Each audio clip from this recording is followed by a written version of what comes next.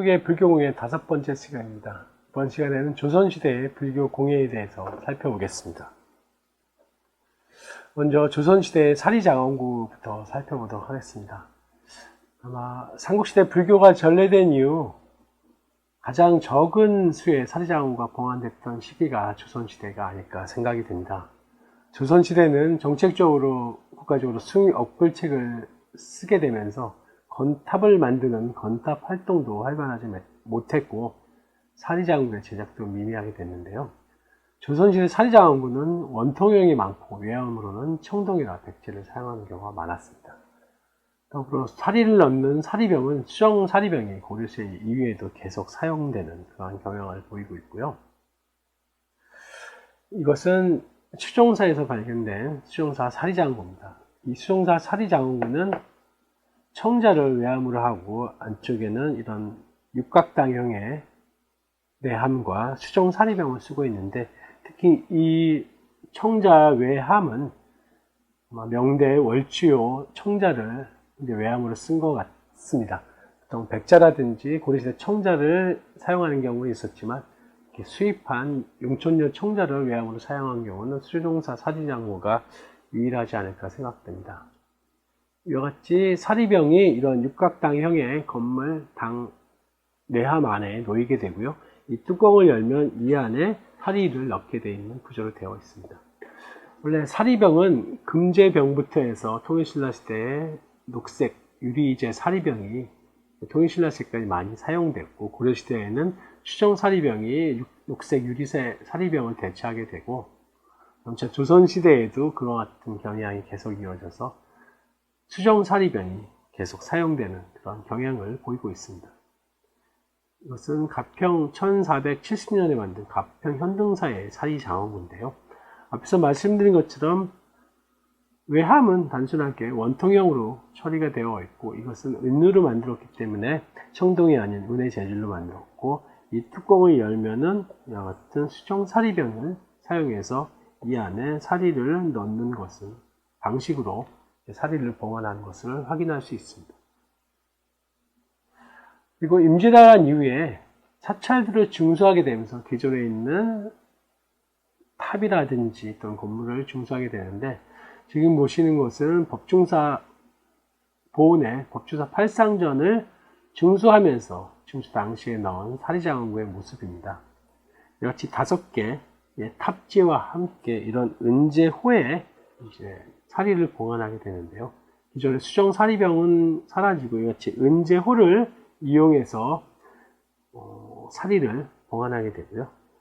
또 한편으로 이와 같은 가사 장식구를 이와 같은 사리병의 받침으로서 사용하는 특이한 예가 있기도 합니다.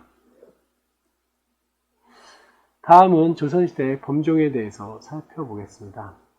범종은 삼국시대 이래 조선시대까지 계속 지속적으로 조성된 그런 대표적인 범은구라고 할 수 있죠. 가장 많은 수가 전하기도 하고 각 시대별로 특징적인 모습이 보이는 그런 불교 공예품이 범종이라고 할 수 있습니다. 조선시대의 범종은 조선 전기의 범종을 15세기와 16세기로 나눌 수 있고요. 임진왜란 이후에 조선 후기의 범종을 별도로 구분하여 연구를 하고 있습니다. 먼저 조선 전기의 범종 중에 15세기 범종에 대해서 살펴보겠습니다. 15세기 범종은 대략 한국과 중국 쪽의 양식이 혼합된 모습을 보이고 있는데요. 15세기의 범종은 중국 쪽의 양식이 다분하고 거기에 한국 쪽 요소가 부분적으로 반영된 경우들이 있습니다. 이 시기의 범종은 중국 쪽의 양식을 모방하면서도 연곽이나 보살상, 당초문 등의 장식에 한국정의 요소가 반영되어 있고요. 반면에 용류는 음통과 단용이 아닌 쌍용류가 나타나고 있고, 천판 자체도 완만한 곡선이 아니라 완전한 반원형에 가까운 천판으로 변화되고 있어서 중국정의 모습이 명확하게 보인다고 할 수 있습니다. 지금 왼쪽에 보시는 것이 고려시대 종의 용류의 모습인데요. 용과 음통을 구성된 이와 같은 전통적인 종의 용류 부분은 이같이 2마리의 용이 대칭을 이루는 쌍용의 모습으로 변화가 되기 시작합니다.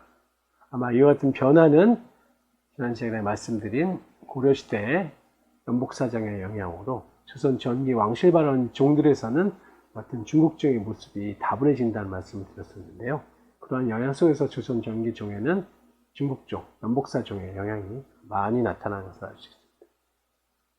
또한 종의 몸체에는 범자문이 이제 본격적으로 나타나고 팔괘문도 새롭게 등장하게 되는데요. 또 하나의 특징은 당좌가 사라지고 불상이나 비천 대신 보살 입상이 새롭게 등장하는 모습입니다. 지금 이 종 같은 경우에 보시면은 중앙에 굵은 선을 기준으로 해서 종신을 상하로 나누고 또 한편으로는 상대 대신에 이와 같은 범자가 표현되는 게 특징이라고 할 수 있고요. 종신의 상부에는 굵은 선을 기준 상부에는 이와 같이 보살 입상을 나타내고 하부에는 명문, 밑부분에는 이와 같이 파도문을 표현하는 것이 특징이고 당좌가 없어지는 것이 조선시대 15세기 범종의 특징이라고 할 수 있습니다. 기존의 종과는 많이 달라진 모습이죠. 뭔가 중국종의 영향이 많아진 것을 확인할 수 있습니다. 또한 종신 중앙에는 아까 말씀드린 것처럼 두세 개의 굵은 줄이 표현되어 있고 하대 부분에 이와 같이 파도문이 표현되어 있고요. 이와 같은 종을 만든 사람들이 모두 비슷한 모습을 보였을 때는 종을 만든 사람들이 동일한 인물이 아니었을까 추정을 할 수 있는데요. 15세기에 만들어진 범종은 대부분 크기도 큽니다만 총감독 김덕생을 비롯해서 주성장 정길산, 노야장 김몽청, 조각장 장금동 등이 함께 만들었기 때문인데요. 이분들에 의해서 만들어진 종이 1462년에 만든 흥천사명 범종, 1468년 보신각종, 1469년 낙산사종, 1469년 봉선사 범종 등이 이들에 의해서 만들어졌는데요. 대부분 왕실발원 종으로서 만들어진 특징이 있다고 할 수 있습니다. 왼쪽에 보시는 것이 현재 보존 처리에 들어가 있는 흥천사 범종인데요. 역시 중국종의 모습이 그대로 반영되어 있고요. 오른쪽에 있는 것은 중앙박물관에 있는 보신각종입니다. 두 종 모두 가운데에 종신 가운데 몸체 가운데 두세 줄의 굵은 선을 기준으로 해서 위아래 상하로 분리하고 있는 것이 특징이고 용류는 모두 쌍용류로 표현되어 있습니다. 그 천판은 완만한 모습이 아니라 반구형에 가까운 모습으로 변화가 되었습니다. 또한 종신 하부에는 이와 같이 파도문이 장식되는 것이 특징이라고 할 수 있고 앞에서 말씀드린 것처럼 종을 치는 자리에는 당좌가 생략된 것이 이 시기의 특징이라고 할 수 있습니다. 높이 자체도 거의 3m에 가까운 흥천사종과 3m가 넘는 보신각종을 알 수 있죠. 또한 이 낙산사 범종은 1469년에 만들어진 종인데 역시 이 종에서도 중국적인 요소들이 다분하게 보입니다. 종 상부의 용류는 쌍용이 갖춰져 있고요. 반원형의 천판 대신에 반구형에 가까운 천판이 이루고 있고 종신 가운데에 굵은 줄을 기준으로 상하로 나뉘고 있을 뿐만 아니라 종신 상부에는 보살 입상이 크게 자리하는 것이 특징입니다. 그리고 이러한 보살 입상 같은 경우에는 같은 문양판을 사용하기 때문에 같은 해에 만들어진 낙산사 범종과 봉선사 범종은 동일한 보살 입상의 모습이 표현되고 있는 것을 알 수 있습니다. 또한 낙산사 범종 같은 경우에도 밑부분엔 파도문이 표현되어 있는데 다만 낙산사 종 같은 경우에는 이제 속초 일대 산불로 이제 불에 타서 현재는 없습니다만 조선 전기 왕실 발원에 의해서 만들어진 대표적인 종의 하나라는 것을 알 수 있고 현재는 복원해 놓은 상태입니다. 봉선사종도 같은 해에 만들어진 종인데 역시 같은 보살 입상의 무장판을 사용했기 때문에 낙산사종과 거의 동일한 보살 입상이 사용된 것을 알 수 있고요. 또 하나 여기서 추가된 부분들은 낙산사종과는 다르게 범자문이 좀 더 확대된 이런 모습을 보이고 있습니다. 또한 상대가 생략된 대신에 이런 사다리꼴에 연곽이 본격적으로 분리된 채로 나타나고 있고요. 연곽과 연곽 사이에 보살 입상, 그 다음에 범자문이 동일하게 나타나고 있는 것을 알 수 있습니다. 그리고 중앙에 굵은 선을 기준으로 상하를 나누고 있고요. 역시 파도문의 문양대가 표현된 것은 역시 중국적인 영향을 받은 조선 전기 왕실발원종에서 동일하게 나타나는 그런 모습이라고 할 수 있습니다. 두 종을 비교해 보면은 거의 비슷한 모습입니다만 낙산사종에는 없는 요소가 봉선사종에 나타나고 있죠. 그것은 이와 같은 연곽과 연례의 모습입니다. 낙산사종에서 생략됐던 이런 요소들은 다시 봉산자종에서는 전통종의 모습이 부활한 모습인데요. 앞에서도 말씀드린 것처럼 15세기의 종이 한중 혼합 양식이라고 하는데 전체적인 모습은 중국종의 모습을 따르고 있습니다만 아마도 한국인들의 미감에는 전체적인 중국종의 모습이 생소하다 보니까 이러한 전통적인 연곽과 연내가 다시 들어가고 또한 보살 상들도 약간 입상으로 변화된 모습입니다만 한국적 요소가 여기에 들어갔던 게 아닌가 생각이 됩니다. 또 한편으로 사찰에서 사용된 종도 한성 이외의 지역에 있는 사찰에서 만들어진 종도 어떤 중국종의 모습이 그대로 반영되어 있는데요. 1491년에 만들어진 해인사에 소장된 홍치사념명 범종과 춘천박물관에 있는 유점사능 범종도 이와 같이 중앙에 굵은 선을 기준으로 종신을 상하로 나누고 있고요. 더불어 1491년에 만들어진 해인사종 같은 경우에 연곽과 연곽 사이에 보살의 입상이 표현되어 있고 또한 기존 앞에서 모았던 1460년대의 종과는 다르게 굵은 아래에는 용과 보죽, 그 다음에 이러한 팔개문이 나타나는 것도 특징이라고 할 수 있습니다. 반면에 유종사 범종 같은 경우에는 종신 상부에는 전통적인 종의 요소는 나타나지 않고요. 범자문이 띠를 이루면서 표현되는 게 특징입니다. 그렇지만 굵은 선 아래에 용과 여의주의 표현은 해인사 홍치사념명 범종과 동일한 것을 알 수 있습니다. 이 해인사 홍치사념명 범종은 지금 해인사 성모박물관에 이제 전시되어 있는데요. 종신에는 이와 같이 종신 상부에 홍치사년, 신의 춘성, 해인사 대적광전 종 이렇게 쓰여 있어서 해인사 대적광전에 사용하기 위해서 만든 종임을 알 수 있습니다. 그러다 보니까 크기도 1m보다 작은 85cm 정도의 크기라고 할 수 있고요. 반면 19세기의 종은 전통종의 양식을 다시 돌아가려는 그런 복고적인 모습이 나타나고 있습니다. 16세기에 만들어진 범종은 한국종의 특징인 음통이 나타나고 있고 천판도 반원형에서 점차 완만해지며 입상화문, 고려시대 후기종의 특징인 입상화문도 다시 표현되는 등 다시 복고적인 양식으로 나타나게 됩니다. 아마 15세기에 만들어졌던 종들이 너무 중국적인 경향으로 가다 보니까 아마 내부적으로는 뭔가 미감에 맞지 않는 그런 반발심도 있지 않았을까 해서 16세기부터는 다시 전통적의 모습을 추구하는 경향을 갖던 것 같습니다. 용류에는 단용과 음통, 입삼함 이런 것들이 나타나게 되고요. 그렇지만 일부 중국적인 요소는 계속 지속되고 있어서 견대 부분에 이제 연판문대가 나타나는 이런 것들은 지속되고 있습니다. 이와 같은 모습인데요. 16세기 종에는 이런 고려종의 특징인 입상화문대와 함께 연판문대가 나타나고 있고요.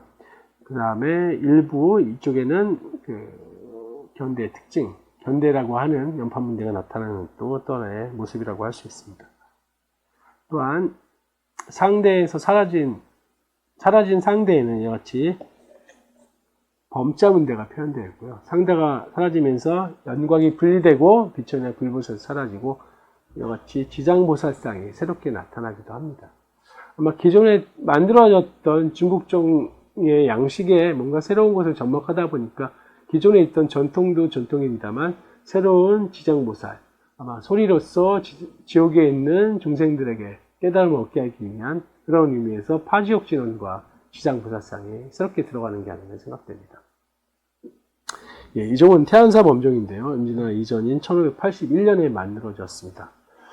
천신 원년에 만들어졌고 대종이라는 말을 썼죠. 크기는 1m 가량 되는 종입니다만 이제 대종이라는 표현을 썼고 다시 만력 9년에 이제 대종을 개주했고 400여 근을 들여서 만들어진 종임을 알 수 있습니다. 1581년에 이제 개주를 한 거고요. 이 종은 역시 중국종 양식과 조선의 또는 고려의 우리나라의 전통적인 종의 양식들이 반영이 되어 있어서 같은 연곽과 연내, 당좌 등이 새롭게 표현되어 있고 종의 상부에는 용류와 단용과 음통이 다시 부활한 모습을 볼 수 있습니다. 또한 1584년에 만들어진 갑사종도 비슷한 모습인데요.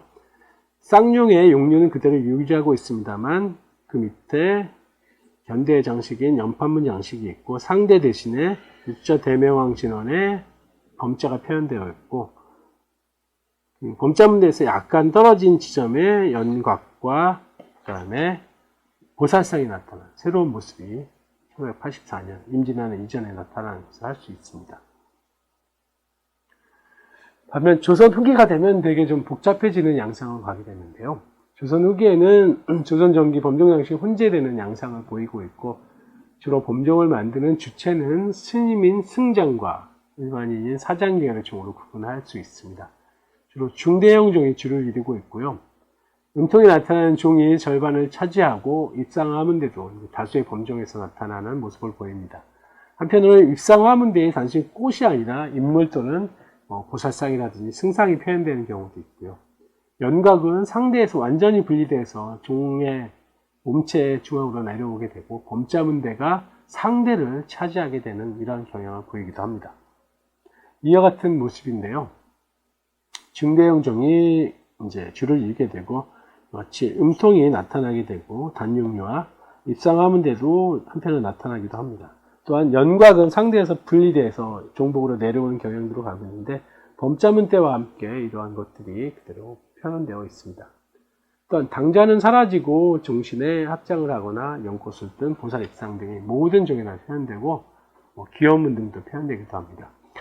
또 한편으로 이제 승장들이 같은 관장이 아니라 17세기부터는 승장 또는 사장들의 활동이 많아지게 되는데요. 17세기 전반에는 첨보와 정우스님, 17세기 후반에는 사인스님이 대표적인 승장이었고요. 17세기 후반의 사장으로는 김혜립이라는 분이 전라도 지역에서 활동을 하게 됩니다. 또한 이러한 경향들 18세기에 들어선 승장의 활동이 줄어들게 되고, 이제 사장의 전성시대가 만들어지게 되는데요. 윤종백, 김성훈, 이만돈 등이 범종 제작에 주로 참여하게 됩니다. 이 종들은 대부분 첨보라는 스님에 의해서 만들어진 건데요. 1595년에 만들어진 금사사종, 지금 북한에 있습니다. 그 다음에 현등사 만력 47년명 범종, 그 다음에 1630년에 만든 고견사 승정 3년명 범종, 1633년에 만든 서광사 승정 6년명 범종, 1634년에 만든 보광사 승정 7년명 범종입니다. 이 종들은 외관이 다 비슷해 보이죠. 중앙에 굵은 선을 기준으로 해서 각각의 상하를 또 2단으로 나누고 있고, 거의 여백 없이 문양을 가득 채운 이런 모습을 보이겠는데, 이와 같이 동일한 모습이라는 것은 결국에는 같은 분, 같은 집단에 의해서 만들어졌다는 것을 상상할 수 있습니다. 이 종은 첨보라는 스님의 종에 만든 종인데요. 이분은 한국종과 중국종이 혼합된 양식으로 반구형 천판 위에, 천판이 약간 낮아지긴 했습니다만 역시 반구형 위에 쌍용류가 공통적으로 나타나고 있고요. 천판 가장자리에 또 공통적으로 연판문이 시문되어 있고, 또한 종신을 구획하는데 중앙에 굵은 선을 하나 두고 상대와 중앙에 굵은 선 사이에 별도의 이러한 굵은 선을 두고 있어서 종신을 보통 4등분하는 이러한 모습을 보이고 있습니다. 또 상대와 하대의 생략, 그 다음에 사다리꼴 연곽, 연곽이 이와 같이 사다리꼴로 완전히 정착하는 모습을 보이고 있어서 첨보 스님이 만든 종들이 가지는 특징들이 여백 없이 빽빽한 모습을 보이고 있을 뿐만 아니라 이런 연곽은 사다리꼴 모양을 보이는 것을 알 수 있습니다.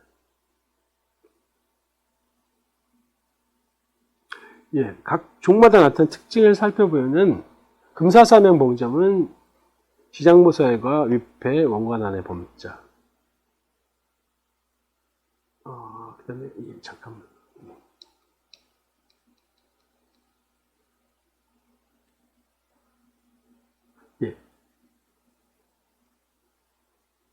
현등사종에는 파도문, 그 다음에 고견사종에는 위패 물자상, 육자대 명왕진원 등이 나타나고 있고요. 죄송합니다.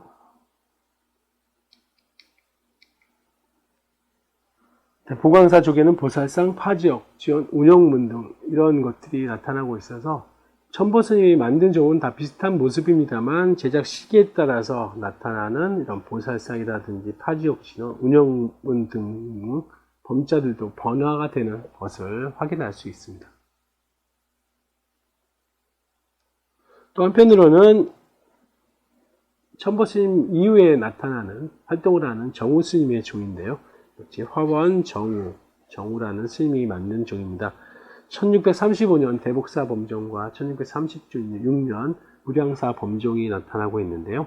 이 두 종은 앞에 보셨던 종과는 다르게 전통종의 모습이 많이 나타나고 있죠. 특히 무량사 범종은 음통과 용류가 단용이 나타나고 있고, 종신 상부에는 이같이 범자가 2단 이루면서 띠를 형상하는 상대를 갖추게 됩니다. 더불어 몸체에는 연곡과 연곽 사이에 삼존상과 그 밑에 위패, 그 다음에 명문 등 정리되지 않은 듯한 이런 문양들 또는 명문이 가득 새겨져 있는 그런 모습이죠. 그리고 한편으로는 하대에는 전통적인 연화 당초문과 같은 이런 문양이 표현되고 있어서 같은 16세기 전반의 천보전과는 다른 그런 계통적인 모습을 확인할 수 있습니다. 또 재밌는 것들은 이 쌍계사 범전과 같은 종에는 입상화문대가 표현되어 있는데, 여기에 입상화문대는 꽃을 표현한 것으로 보입니다만 각각의 입상화문에는 사람의 얼굴이 표현되어 이런 것도 있는데요. 이런 사람의 얼굴 표현된 입상화문은 1636년자 중사자원 범종을 비롯해서 1671년에 만든 이런 북한 지역에 있는 귀주사 범종에도 표현하고 있어서 일시적이긴 합니다만 입상화문대 사람 얼굴 또는 승상 등이 표현되는 이런 모습들도 조선 후기 범종에 나타나는 특징이라고 할 수 있습니다. 한편으로 이러한 종들이 모두 비슷한 모습을 보이고 있는데요. 이러한 종들은 지준과 태이란 스님에 의해서 만들어진 종이라고 할 수 있습니다. 지준과 태행 스님은 좀 이따 보시게 될 사인 스님과 함께 17세기 후반에 활동한 승려 장인이라고 할 수 있는데요. 사인, 지준, 태행은 1614년에 만든 안성 청룡사 범종을 시작으로 이제 범종을 만들게 되고요. 점차 사인과 지준 스님은 활동을 이제 다르게 하게 됩니다. 1674년에 만든 이 청룡사 범종 같은 경우에는 사인 스님의 종에서 반드시 언급되는 종이기도 하고 사인 스님의 어떤 특징이 나타나는 그런 종이라고도 할 수 있는데요. 이런 2단으로 형성된 범자문대, 그 다음에 연과 위패문 이러한 모습들, 그 다음에 이런 음통과 용리 등은 사인 스님만의 독특한 특징이 늘어나는 것이라고도 할 수 있습니다. 지진 스님은 1669년 원흥 스님과 부석사 범종을 만들게 되고요. 지진과 태양은 계암사 범종 1692년 성불사 범종을 만드는데 약간이 누가 참여하냐에 따라서 이런 것들이 조금씩 달라지긴 합니다. 1689년과 91년에 지진과 태행 스님이 만든 종은 아마 같은 문양판을 쓰다 보니까 범자의 모습이라든지 용류, 이런 연과 보살상 모두 동일한 모습을 표현하고 있는 게 아닌가 생각이 됩니다. 아마 최초에는 사인 스님이 활동하면서 사인의 그런 영향이 강했으나 점차 본인의 독자적인 모습을 갖추게 되는 게 아닌가 생각이 됩니다. 그래서 지진과 태행이 만든 종들은 범자문대가 2단이 아닌 1단을 형성하는 것도 사인과는 다른 점이라고 생각됩니다. 반면에 지금 보시는 종들은 대부분 사인 스님이 참여한 종입니다. 사인 스님은 1677년 서운한 범종을 시작으로 해서 이제 1686년장 통두산 범종까지 다 만들게 되는데요. 이분이 만든 종은 다 보물로 지정이 되어 있습니다. 사인 스님의 종은 특징적인 모습들이 몇 가지가 있는데, 먼저 음통과 용류의 모습들이 모두 동일한 모습입니다. 특히 음통 윗부분에 약간 오므라든 듯한 모습들은 이 스님의 종에 나타나는 가장 특징적인 모습이 아닌가 생각되고, 더불어 이런 당자 주위로 방사상으로 표현된 식물문의 표현 등도 다른 스님의 종에서는 볼 수 없는 사인 스님만의 독특한 특징이라고 할 수 있습니다.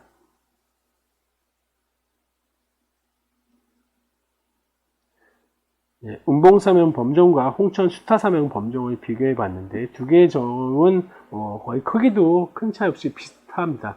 용류의 표현, 상대 위에 범자문대와 그 밑에 있는 연곽과 연뇌, 보살상 등은 거의 동일한 모습이고요. 역시 가장 닮은 것은 이와 같은 당좌의 모습이겠죠. 동일한 문양판을 사용해서 당좌를 구성하는 모습이 동일하고, 아까 말씀드린 것처럼 당좌 주위로 동서남북 네 방향에 입이 활짝 핀 식물문을 표현한 것은 이 분의 종말의 가장 큰 특징이라고 할 수 있습니다. 멀리서 봐도, 이 당좌만 봐도 이건 사인 스님의 종이구나 하는 것들을 분명하게 파악할 수 있습니다. 더불어 같은 문양판을 쓰다 보니까 연꽃을 쥐고 있는 보살상도 두 종은 동일하게 표현되고 있습니다. 또 이런 대종들도 만들어지게 되는데요. 1m 내의 종뿐만 아니라 통도사 대종 같은 높이 150에 가까운 이런 범종들도 만들어지는 게 특징입니다. 아마 이 종 같은 경우에는 종이 좀 더 크다 보니까 종의 윗부분에는 역시 범자를 2단으로 만들게 되고요. 그 다음에 상대에서 약간 분리된 이러한 연곽과 연내, 그리고 그 사이에는 이 위패문과 보살상을 함께 표현하고 있어서 대종을 만들던 이런 시기에 사인 스님의 종은 통도사 종뿐만 아니라 함흥에 있는 귀주사 범종도 동일하게 나타난 것을 알 수 있습니다. 사인 스님은 주로 남한적에 활동한 걸로 알려져 있었는데요. 이 사진은 일제강점기의 유리연판 사진인데, 그 사진의 명문을 통해서 이 종이 사인 스님에 의해서 만들어졌다는 것을 알 수 있고, 종의 외관의 모습이라든지 명문의 구성, 2단을 구성된 상대의 범자문대 등으로 봤을 때 1686년에 만들어진 통도사 범종과 비슷한 시기에 이 종이 만들어지지 않았을까 추정하고 있습니다. 또 한편으로는 이제 사장의 시대들이 나타나게 되는데요. 사장은 승장과는 다르게 사승관계도 있지만 부자관계에 의해서 이루어지는 경우가 많습니다. 이 종은 1644년에 만들어진 용사범종인데요. 여기서는 주종 통종 내부 김용암이라는 분이 나오게 됩니다. 김용암은 17세기 전반에 전라도 지역에서 활동했던 대표적인 사장의 계통인데요. 이분이 만든 종은 역시 중국종 양식이 반영되어 있고, 거기에 일부 조선종 또는 전통종의 요소가 반영되어 있는데요.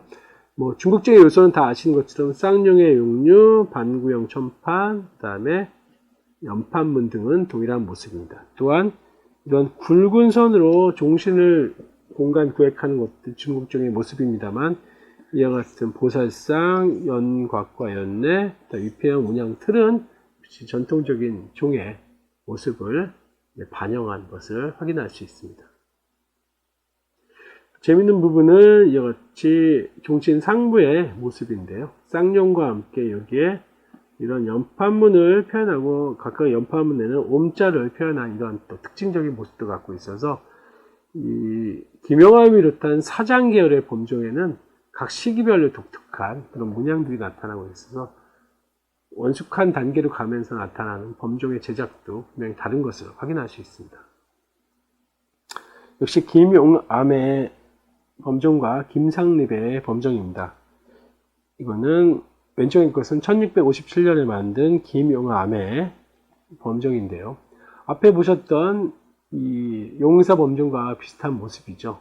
특히 이 종신의 상부에 나타나는 쌍용의 모습과 연판, 이런 범자문은 거의 동일한 모습이 아닌가 생각이 됩니다. 다만 어떤 붉은 선이나 이런 부분은 없어져서 좀 더 전통적에 가까운 모습이긴 합니다만, 그럼에도 불구하고 김용암이 유지하려고 했던 쌍용의 모습들은 계속 유지되고 있고요. 오른쪽에 있는 것은 1694년에 만들어진 김상립의 범종입니다. 이 종은 오른쪽에 있는 종에 비해서 왼쪽에 있는 종에서 매우 간단하죠. 상대가 아예 사라져버리고 종신의 상부는 전통종의 모습입니다만, 용은 머리를 들어서 앞을 보고 있고, 음통은 고주가 달린 모습이어서 그렇지 나타나는 종과 비슷한 모습입니다만, 종신의 상부에 인양대인 상대가 완전히 사라져버리고요. 그 다음에 상대로부터 이 같은 연곽이 완전히 분리돼 종신 중화까지 내려오는 이러한 변화들이 나타나고 있습니다. 아마 김상립이 추구했던 건지 아니면 그 전부터 나타나는 것이 명확하기는 않습니다만, 전과 다른 그런 모습이고, 당좌의 표현도 종신 중앙에 표현되는 등 기존의 것과는 완전히 다른 파격적인 모습의 종이 사장의 계통의 종에서도 만들어진 것을 알 수 있습니다. 또 한편으로는 능가사 범종인데요. 이거는 역시 김해립에 의해서 만들어진 건데 앞에서 보셨던 김해리 종과는 크게 뭐 다르지는 않은 모습입니다. 쌍용과 연판문의 장식, 그 다음에 상대에 표현된 범죄 등은 동일한 모습이 있는 것을 확인할 수 있습니다. 한편으로 아까 보셨던 서남사의 대북사종 말고 서남사종이 김상립이 만든 건데요. 김상립은 서남사종을 만들기 시작하면서 본격적인 자기의 범종 모습을 보이게 됩니다. 이 종을 보면은 쌍용의 용류와 함께 종신의 상부에 범자를 표현한 것들이 보이는데요. 범자가 매우 크게 표현되어 있고 종신 중앙에 연곽과 연례, 그 다음 이런 위패가 표현되어 있는데 잘 정제된 모습이라기보다는 그냥 요소를 갖추려는 그런 의지가 되게 강한 종으로 확인이 됩니다. 따라서 아직 범종의 원숙기에 제작의 원숙기에 접어든 그러한 모습은 아니라는 것을 확인할 수 있고요. 다음으로는 조선시대의 향로에 대해서 살펴보도록 하겠습니다. 조선시대의 향로는 거향로만이 사용됩니다. 조선이 건국되고 나서 불교 의례가 통폐합되기 시작하면서 조선의 향로는 병향로는 사용되지 않고 또한 현향로는 사용되지 않고 한 곳에 놓고 쓰는 특히 법당 안에 놓고 쓰는 향환만 사용이 됩니다.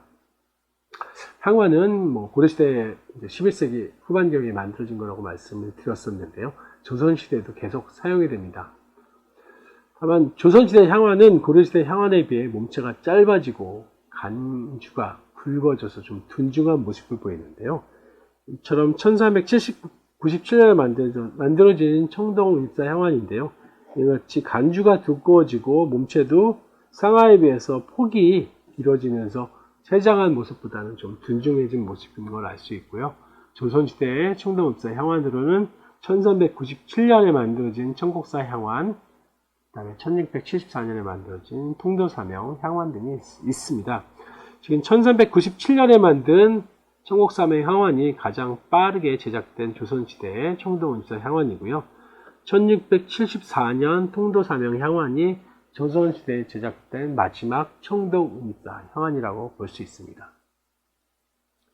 또한 17세기 들어서는 향환형 향로라는 것이 이제 표현을 썼는데요. 향환과 비슷하지만 약간의 차이가 있는 그런 향로라고 해서 향환형 향로라는 명칭을 썼습니다. 17세기, 18세기에 제작된 그 승종 6년명 향환형 향로, 그 다음에 동태방문화소장, 부적사명 철제은입사 향로가 이제 향환형 향로로 파악되고 있습니다. 또한 이들 향환형 향로는 전통적인 재질인 청동이 아닌 유재, 철로 제작되는 특징이 있습니다. 또한 17세기 이후부터는 아마 사찰에도 유교적 기형 또는 왕신과 관련된 기형인 정형향로가 새롭게 나타나게 되는데요. 정형향로는 17세기 후반부터 사찰에서 사용되기 시작했고 이 당시 사찰의 정형향로는 두 가지 계통이 있는데요. 하나는 원찰이 된 사찰의 경우 왕실에서 하사하는 게 있고 다른 한편은 사찰 자체에서 제작하는 경우가 있습니다. 대부분은 왕실에서 하사하는 거고 사찰 자체 제작은 아마 해인사나 직지사에 있는 정형향로에 해당하는 것으로 생각됩니다. 예.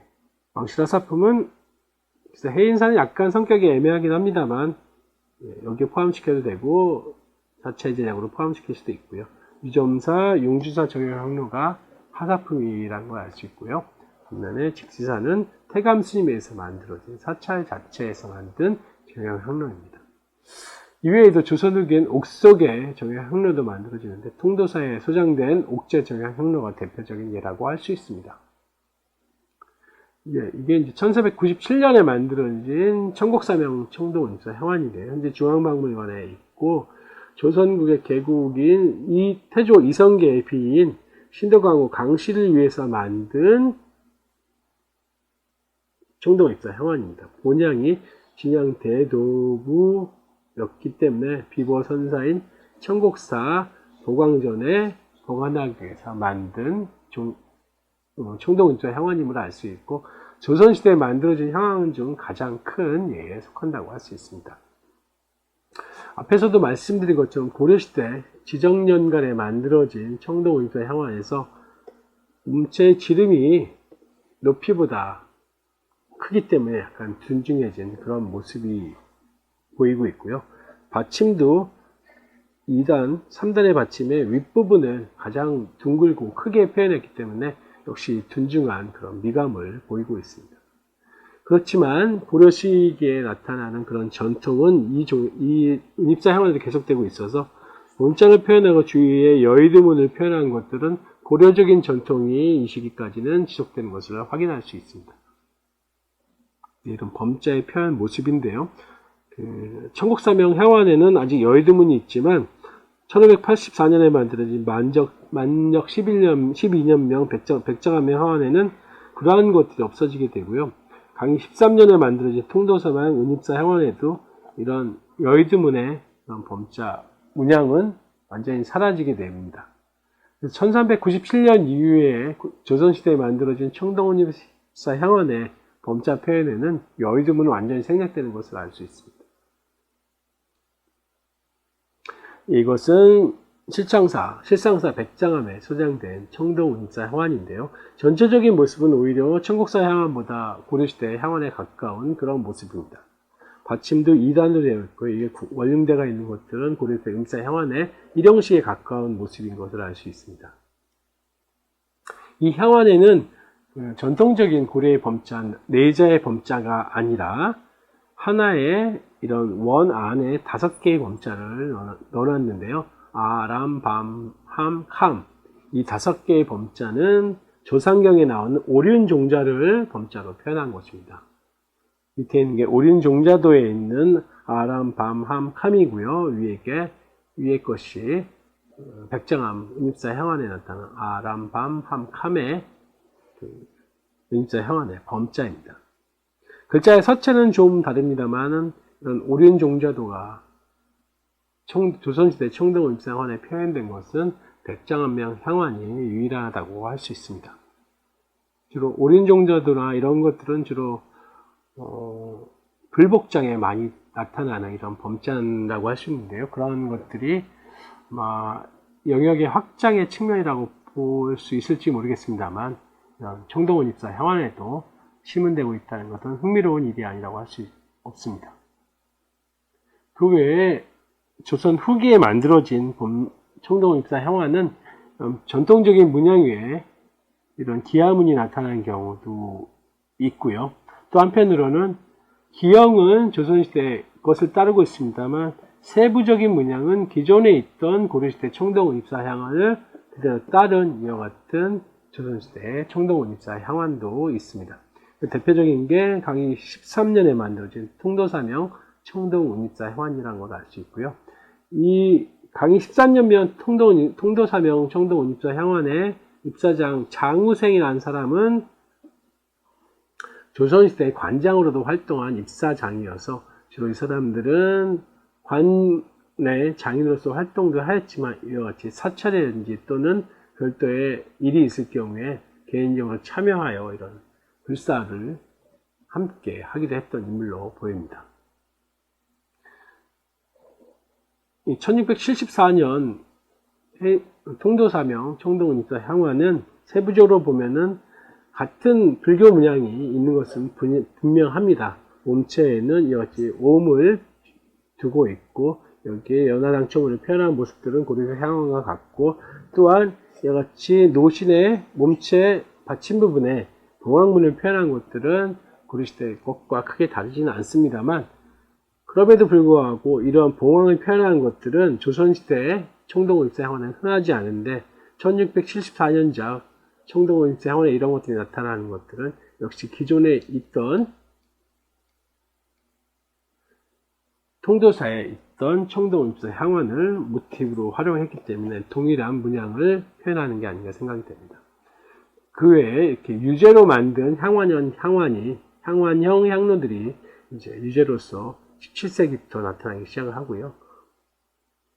그래서 조선시대의 향환과 고려시대의 향환을 비교해 보면은 조선시대 향환이 좀 더 존중해진 그런 모습임을 알 수 있습니다. 또한 범자의 표현이라든지 이런 것들도 달라지는 것을 알 수 있고요. 한 글자 또는 네자의 범자들이 표현된 반면에 하나의 원 안에 5개의 올인용자 범자를 사용한다든가 이런 것도 변화가 되고, 또 한편으로는 몸체에 범자가 없는 이런 은입사 향환도 나타나는 게 특징이라고 할 수 있습니다. 다음으로는 이같이 철제 은입사 향로라가 또 조선 후기에 만들어지게 되는데요.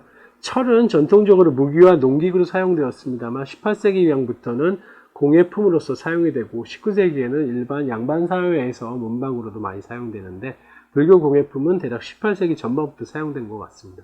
그 대표적인 것이 동국대학교 박물관 소장 부석사명 철제 은입사 향환이라고 할 수 있습니다. 이 향로는 전체적으로는 철로 만들고 구연의 전 부분을 구리로 만들어서 부식을 방지하고 있습니다. 또한 간주는 위아래가 동일한 대칭적인 모습을 보이고 있고요. 받침 부분은 별도로 만든 것을 이같이 리벳을 이용해서 연결하고 있습니다. 받침에는 이같이 8궤를 표현하고 있는데, 이러한 모습들도 당시의 범종이라든지 이것과 관련 있는 모습이라고 할 수 있습니다. 여기에는 입사가 되어 있는데요. 몸체에 나타나는 입사는 전통적인 끼움 입사가 아니라 쪼음 입사의 모습입니다.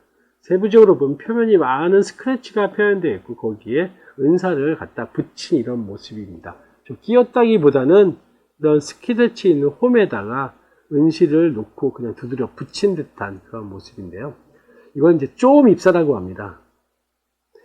기물 전체 또는 입사되는 부분을 미리 쪼음정으로 십자로 치고 가로 세로로 다 빽빽하게 친 다음에 은실을 붙이게 되는 거죠. 그러다 보니까 선이나 면으로 이제 입사를 자유롭게 할 수 있는 특징이 있고, 조선시대의 그 쪼음 입사 기법은 아마 조선 중후기부터 16세기 후반경부터 나타나는 걸 추정을 하고 있습니다만, 본격적으로는 17세기에 이제 왕실을 중심으로 나타나기 시작하고, 불교 공예품으로는 18세기부터 나타나기 시작합니다. 또한 이 철제 은입사 향환에는, 부석사명 철제 은입사 향환에는 기존과는 다른 준재 다단이가 이제 표현되어 있는 것도 특징이라고 할 수 있고요.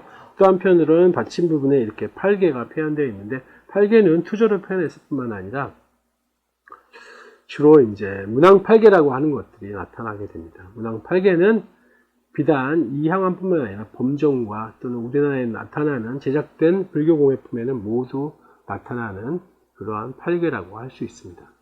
특히 이 직접 성보박물에 소장된 철제 은입사 정형향로 같은 경우에는 범자와 8개를 교대로 표현하는 독특한 문양 구성을 보이고 있는 것도 특징이라고 할 수 있습니다.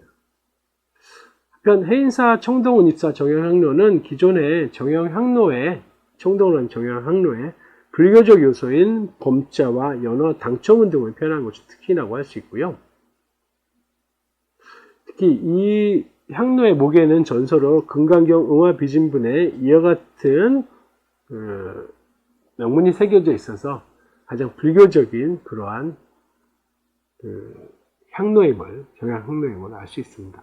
사실 이런 정형향로는 주로 유교적 또는 왕실과 관련된 것인데, 이런 것들이 임진왜란 이후에 이제 사찰에 많이 나타나게 되는 것 같습니다. 이거 이유로는 임진왜란에 공을 세웠다거나 또는 왕실의 원찰이 된다는 등 이러한 걸로 처음에 수용을 하기 시작했고, 점차 자체적으로도 만들어지는 그런 경향으로 가는 것 같습니다.